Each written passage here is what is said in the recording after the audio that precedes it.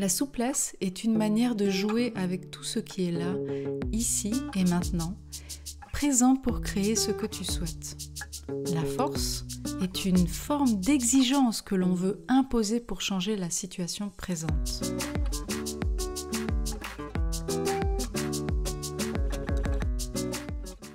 Face à nos interactions avec la vie, nous avons le choix d'agir par la force ou la souplesse. Est-ce que tu te souviens la dernière fois que tu as répondu à quelqu'un de manière totalement détendue, alors qu'auparavant, tu aurais pu réagir et te mettre dans tous tes états? Voilà un bel exemple de ce que la souplesse signifie. Un lâcher-prise de l'intensité en toi qui veut que les choses se passent comme tu veux. Que s'est-il passé à ce moment-là? Tu as choisi, consciemment ou non, de ne pas utiliser la force dans ta manière de répondre pour te faire comprendre ou d'avancer dans la discussion. Une part de toi a compris que de vouloir imposer à l'autre ton opinion n'est pas la solution. Et quel sentiment agréable de se sentir détendu même dans une dispute. C'est ce que j'appelle la souplesse. Mais alors, comment tu peux l'appliquer au quotidien dans d'autres situations? Définissons déjà ces deux énergies sans rentrer dans la notion du bien et du mal pour dire que l'une est mauvaise d'utiliser. La souplesse est un état de conscience qui te permet de t'adapter à la vie. J'aime bien l'imager avec un maître d'art martial comme l'aïkido. Est-ce que tu as déjà vu combien cela paraît facile de l'extérieur de voir comment ces maîtres arrivent sans forcer à faire voler leur adversaire?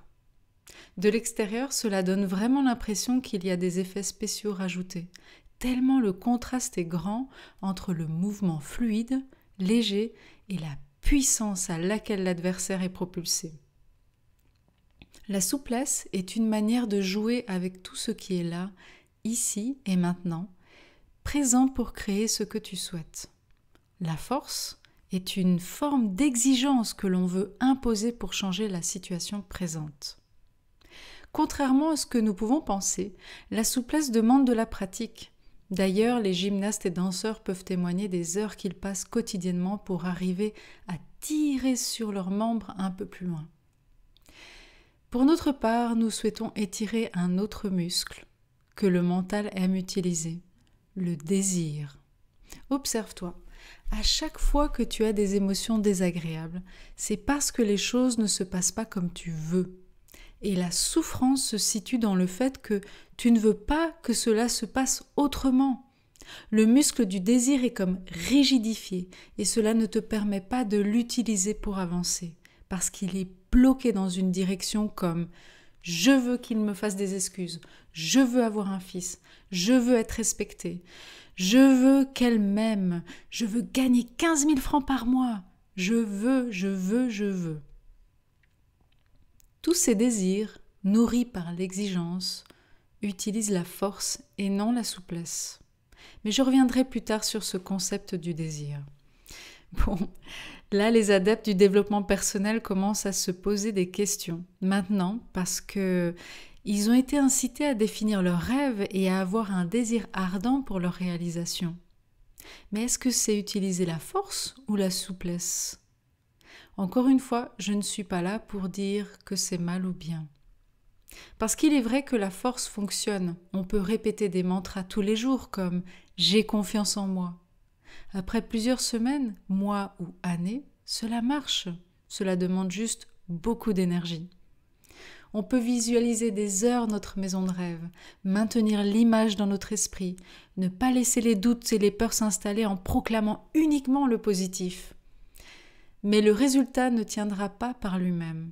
C'est comme si on doit toujours mettre de la force pour le garder, comme les fameuses assiettes tournantes qui sont en équilibre sur un bout de bois et un poteau. Si l'assiette arrête de tourner, elle tombe. Alors, est-ce que notre énergie ne serait pas plus bénéfique d'être mise ailleurs? L'image que j'aime associer à la force, c'est le sportif qui va tous les jours au fitness pour gonfler ses muscles à bloc. Le bodybuilder.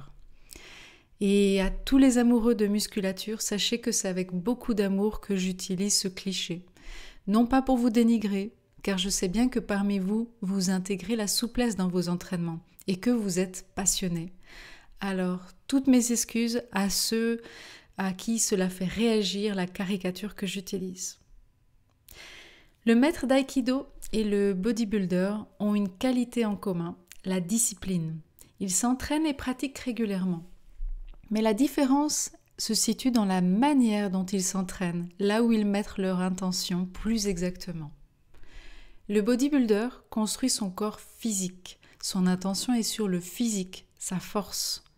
D'ailleurs, si le bodybuilder devait faire face à un adversaire, il miserait sur toute la force qu'il peut acquérir et se positionnerait en mode combat. Le maître d'aïkido construit son énergie. Son intention est de s'harmoniser avec l'adversaire. D'ailleurs, l'aïkido signifie la voie de la concordance des énergies. Ne pas chercher à aller contre, mais d'aller avec son adversaire. L'intention n'est pas dans le combat, mais dans la communication. Et c'est là toute la différence. Vivre la vie en mode combat ou la vivre en communiquant avec. Certains appellent cela être dans le flow, la fluidité, quand justement on construit avec la vie. Tout semble aller naturellement et s'il y a une résistance, un lâcher-prise s'installe immédiatement. Parce qu'on accepte l'adversaire, on ne lui fait pas face en mode combat, on veut communiquer avec. Et c'est comme ça que ce que tu appelais problème ou adversaire devient simplement une opportunité pour toi d'adapter ton énergie pour danser avec.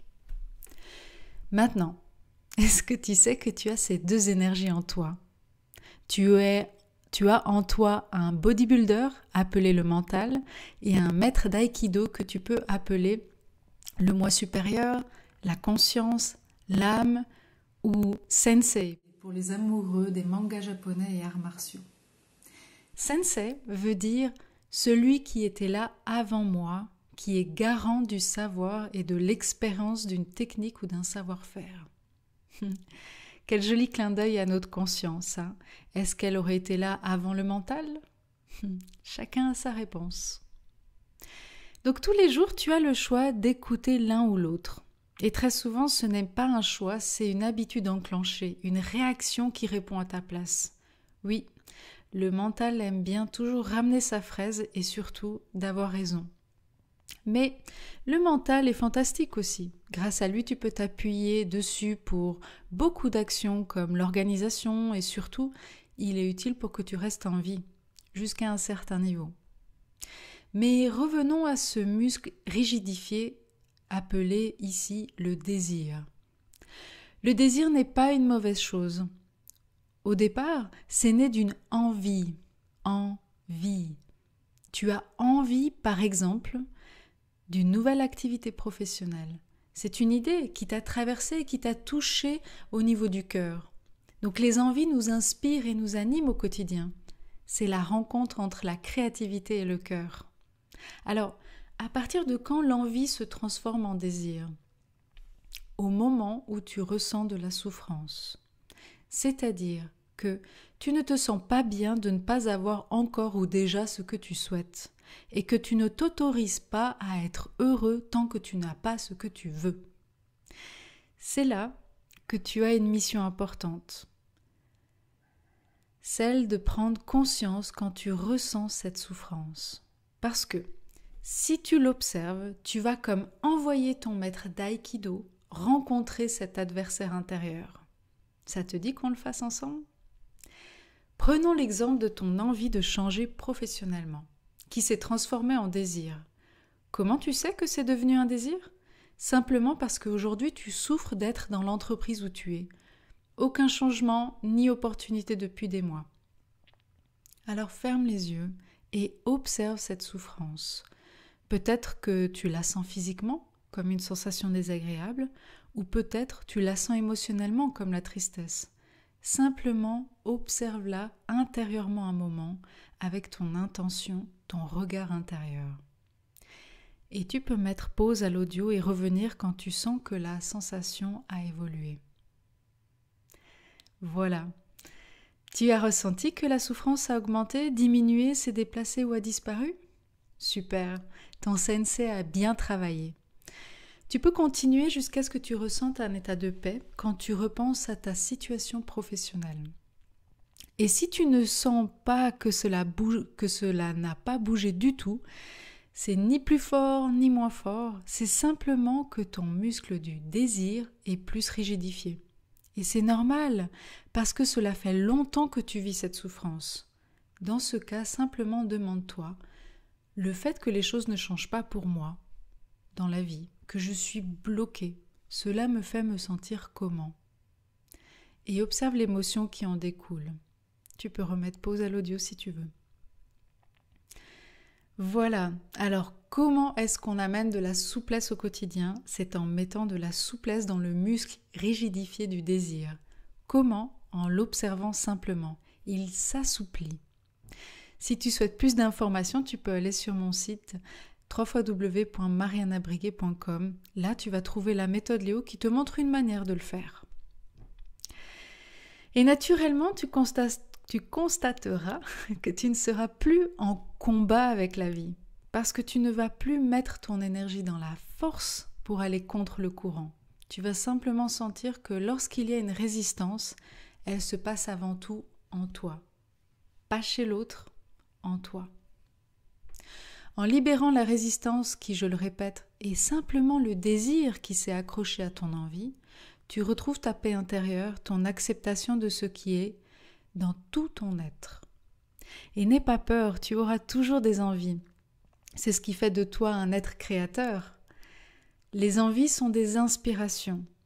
Cet exercice de souplesse ne supprime pas les envies, mais bien la souffrance qui s'est rattachée à ton envie, appelée désir ici juste pour les différencier. Allez, un dernier exemple pour différencier si ce que tu veux est devenu un désir ou si c'est resté une envie. Si tu as envie de faire le tour de l'Amérique du Sud en camping-car, mais que en ce moment, pour encore quelques mois, voire années, tu ne peux pas, comment tu te sens? Si tu te sens bien, c'est une envie. C'est un projet que tu souhaites faire, qui te met en joie, pour lequel, même si ce n'est pas possible pour le moment, cela ne t'empêche pas d'être heureux. Mais si tu ne te sens pas bien, c'est un désir, parce que tu souffres de ne pas l'avoir ou de pouvoir le faire maintenant. L'envie est devenue un désir par l'exigence. Et dans ce cas, utilise la méthode Léo. Donc souviens-toi que tu as le choix, soit d'utiliser la force ou la souplesse dans ce chemin qu'on appelle la vie. Tu as en toi ce maître d'aïkido et aussi ce bodybuilder. Je te souhaite une lumineuse journée et à très bientôt.